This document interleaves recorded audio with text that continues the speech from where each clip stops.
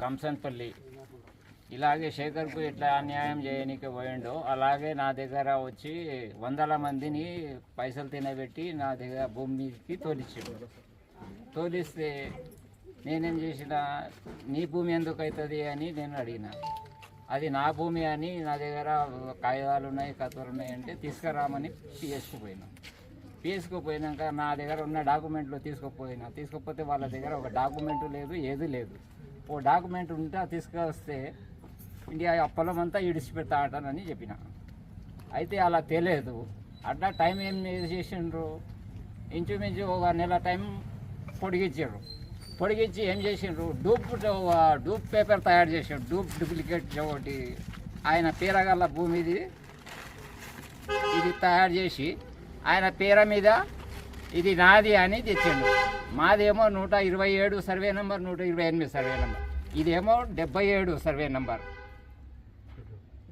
ఇది ఇట్లా ఒక్కటే నెలలో తయారు చేసి తోలిచ్చిండు. ఈ 2 డాక్యుమెంట్లకు ట్రాలీ చేపిస్తే కాలేదు, ఎవరు ఒప్పలేదు, పోలీసులు ఒప్పలేదు, ఎవరు ఒప్పలేదు.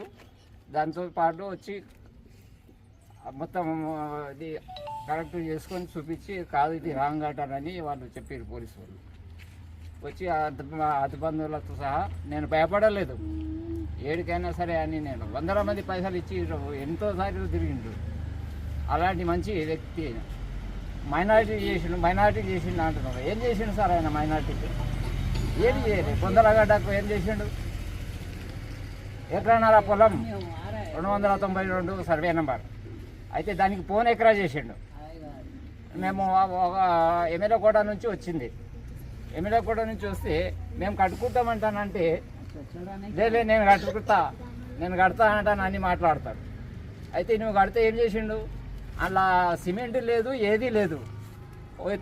కాలువలేక జీరి ఒక రాయి వేసి పైన వేసి దానికి రౌండ్ చేసిండు. కథం పోనీ ఎకరా అమ్ముకుని వేసేసిండు. ఇలాంటి దొంగ పనులు చేస్తారు సార్. ఈయన మొత్తం అక్రమ, ఈయన మొత్తం డీటెయిల్స్ నా దగ్గర మొత్తం ఫైల్సే ఉంది. ఈయన ఇలాంటి పనులు చేస్తాడు ఈయన.